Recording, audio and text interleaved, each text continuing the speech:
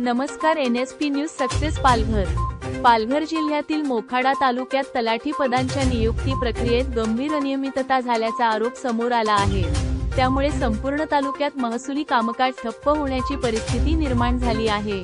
शासकीय निर्णय क्रमांक BBC 2023 pro number 54 reservation pass दिनांक 11 फेब्रुवारी 2026 तसेच सर्वोच्च न्यायालयाच्या निर्णयानुसार PESA क्षेत्रांमध्ये भरतीबाबत मार्गदर्शक तत्त्वे जारी करण्यात आली.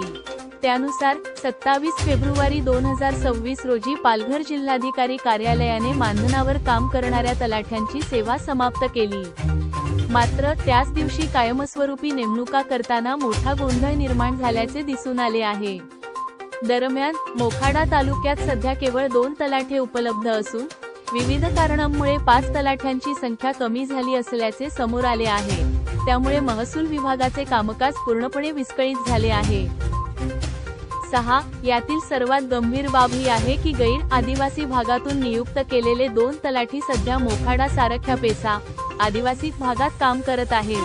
तज्ज्ञांच्या मते पेसा कायद्याचा मूळ उद्देश आदिवासी भागांच्या प्रशासनात स्थानिक आदिवासी उमेदवारांना प्राधान्य देणे हा आहे. म्हणजेच पेसा क्षेत्रातील महत्त्वाच्या पदांवर स्थानिक उमेदवारांची नियुक्ती करून त्या भागाची स्वायत्तता आणि हक्कांचे संरक्षण करणे अपेक्षित आहे.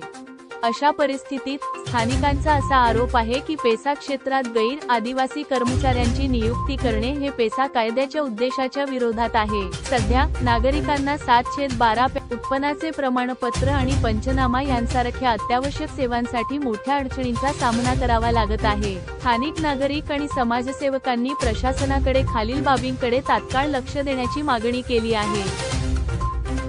रिक्त पदांवर तलाठींची तात्काळ नियुक्ती करा. पेसा कायद्याचे काटेकोरपणे पालन करा. चुकीच्या नेमणुका आणि बदल्यांचा आढावा घ्या. जर प्रशासनाने तात्काळ हस्तक्षेप केला नाही तर नागरिकांकडून तीव्र आंदोलन सुरू होण्याची शक्यता आहे.